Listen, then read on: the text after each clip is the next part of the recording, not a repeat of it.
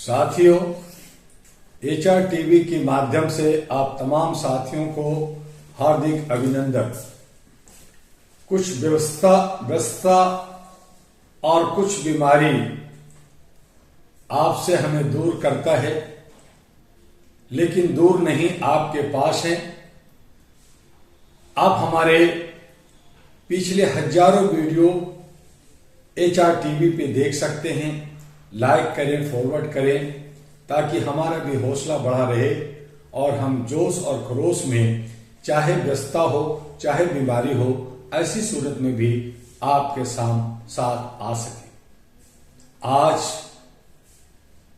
चाहे नफरत की बाजार हो, मोहब्बत की बाजार लगाने की बात हो, हमें गुमराह करने की बात हो, हमें खरीदने और बेचने की बात हो, कुछ भी हो,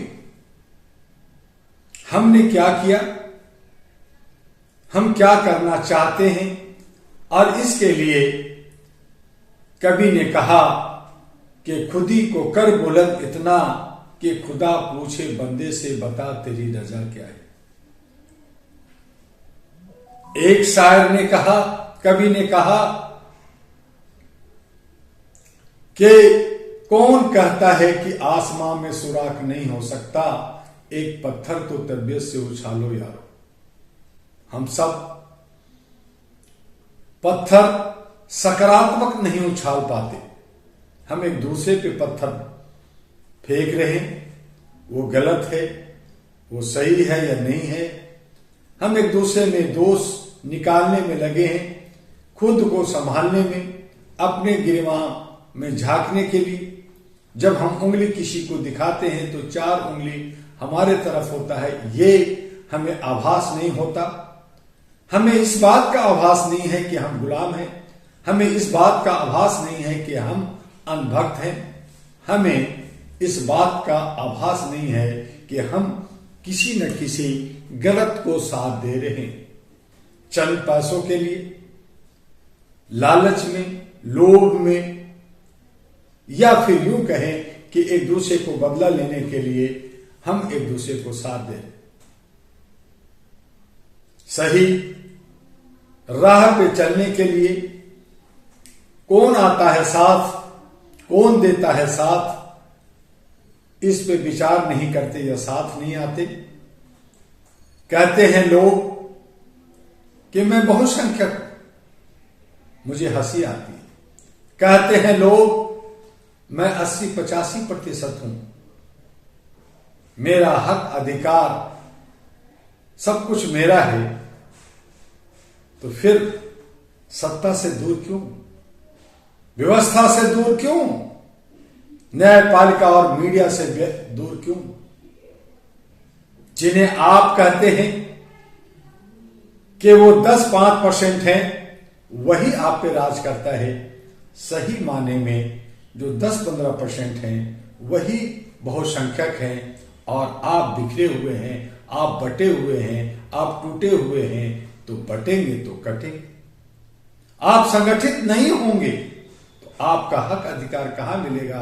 आप भीख मांगते रहिए, आप लेटर लिखते रहिए, आप धरना प्रदर्शन करते रहिए, कुछ भी कीजिए। 15% और आपके कुछ खरीदे हुए लोग, अंधभक्त लोग, उनको एक 25-30% की संख्या देती है और उसी पे वो राज करते हैं। और आप बटे हैं, टूटे हैं, इसलिए आप सत्ता से और बाकी चीजों से दूर हैं। फिर किस बात का शोर मचाते? जब आप में ये सलाहियत नहीं है कि आप मुखिया सरपंच बन सके, एमएलए बन सके, एमपी बन सके, पावर में और जगहों में आप आ सके, तो सही तो है कि आप अंधभक्त हैं, आप अशिक्षित हैं, आप क्षुद्र हैं, आप अति पिछड़ा हैं, आप पिछड़ा हैं और रहेंगे। कभी सोचा कि मुझे इससे बाहर निकलना? कभी उसके लिए एक दूसरे अपने साथियों पे, अपने परिवार पे, अपने भाई भतीजों पे, अपने भाई बंधुओं पे विश्वास किया, उनको आगे लाया? नहीं, बाबूजी को हमें वोट देना, बाबूजी क्या हमें शरण में रहना है, हमें मर जाएंगे, हम कुचले जाएंगे, हम दबे रहेंगे, हम गुलाम रहेंगे, लेकिन बाबूजी कहना नहीं छोड़ेंगे। जरूरत पड़ा तो भगवान कहेंगे, उनके पैर छूएंगे, उनका पैर की जूती में पानी भर के पिएंगे, लेकिन अपनी गुलामी का एहसास नहीं करेंगे। नया विकल्प लाना होगा, एक सकारात्मक सोच पैदा करना होगा। मेरी 60-61 वर्ष की उम्र में 40 साल मैंने समाज को दिया, अपना कैरियर छोड़ा, गोल्डन युग छोड़ा, मानवता की अलग पूरे भारत में उन जगहों पे जहां का मुझे भाषा नहीं आता था, मिलना मुश्किल था, लेकिन मैं उनके बीच में जाकर करके मानवता, ह्यूमन राइट्स, इंसानियत, ह्यूमैनिटी का अलग जगह all India human rights association का पौधा लगाया। आज 36 राज्यों में कमोबेश सभी जिलों में अहरा प्रतिष्ठापित है। 1 या 2 या 10 या 50 कुछ तो है, और न सिर्फ भारत में बल्कि विश्व के 17 देशों में हम लोग अहरा का अलग जगह है। अहरा all India human rights association का भारत सरकार नकल किया, ह्यूमन राइट्स कमीशन अहरा की देन। सभी राज्यों में कमीशन बना और देखा देखी 1000-2000 बहुत सारे मानवाधिकार पे संगठन बना, जिसकी दशा दिशा नहीं है, सिर्फ ठगना, सिर्फ गलत करना, कोई अंतर्राष्ट्रीय तो कोई कुछ बहुत सारे नाम लेकर करके लोगों को दिग्भ्रमित कर रहे हैं और हमारी शक्ति को भी तोड़ना चाहते हैं।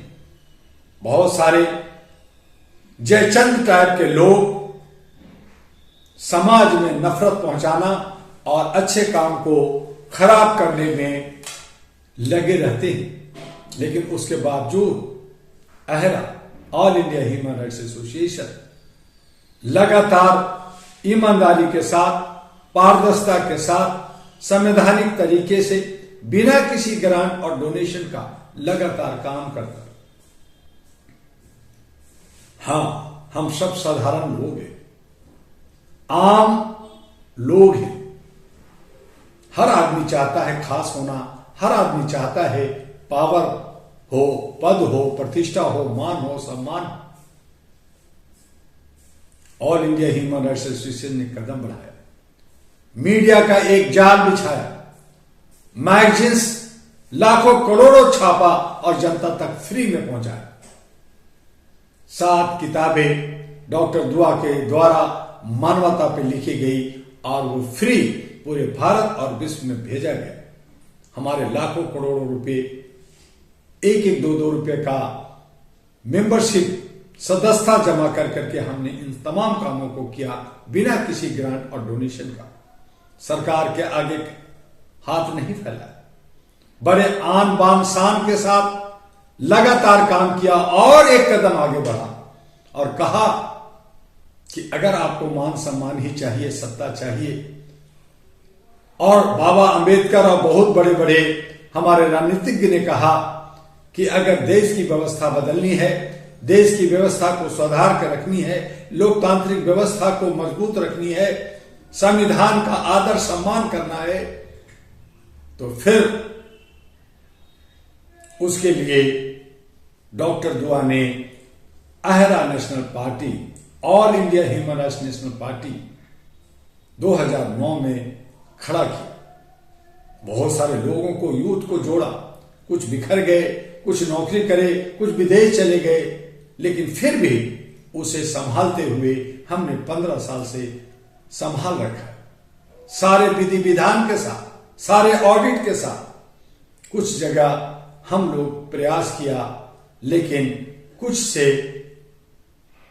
जो होना चाहिए था वो नहीं हुआ, और यही वजह है कि अब हमें नया विकल्प के साथ, पूरी जोश खरोश के साथ, पूरी ताकत के साथ तमाम युवा युवती और उन लोग जो देशभक्त हैं, समाज भक्त हैं, जात पात से ऊंचा हट करके, धर्म कर्म से हट करके राष्ट्र को प्यार करते हैं, भारत को प्यार करते हैं, भारत के लोकतांत्रिक व्यवस्था को प्यार करते हैं और संविधान के द्वारा आगे बढ़ना चाहते हैं, उसके लिए अहरा नेशनल पार्टी एएनपी कसम खाया।